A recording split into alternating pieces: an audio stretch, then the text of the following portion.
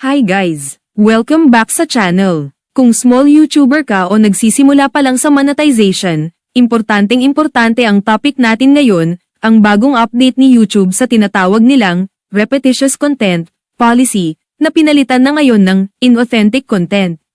At guys, don't worry, hindi ito pagbabago ng rules, kundi pagpapalinaw lang. Kaya panoorin mo to hanggang dulo para hindi ka ma-demonetize.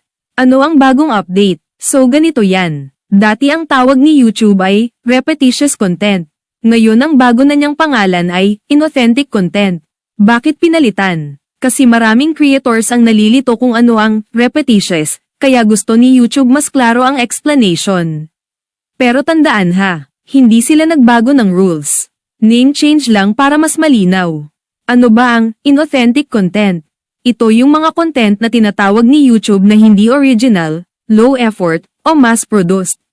Meaning, kahit ikaw ang gumawa, kung ang video mo ay parang template video, paulit-ulit, walang bago, o ginawa ng automation o AI nang walang personal effort, hindi siya monetizable.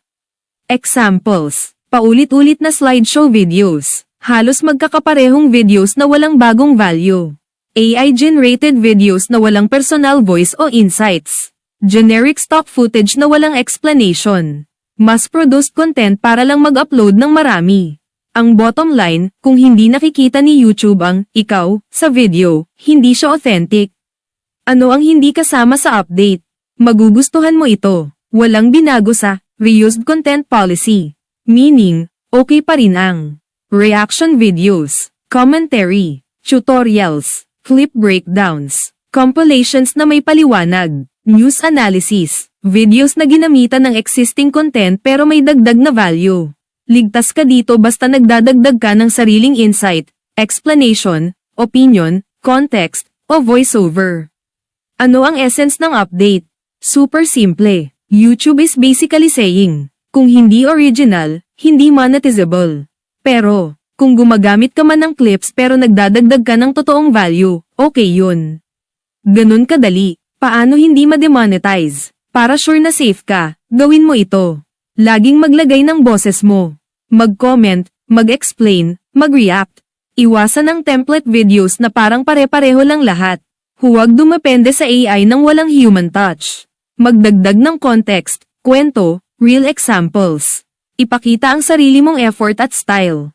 Ganoon lang kasimple. So ayun guys, sana nakatulong itong paliwanag para mas maintindihan ninyo kung ano ang inauthentic content at paano maiwasang ma-demonetize.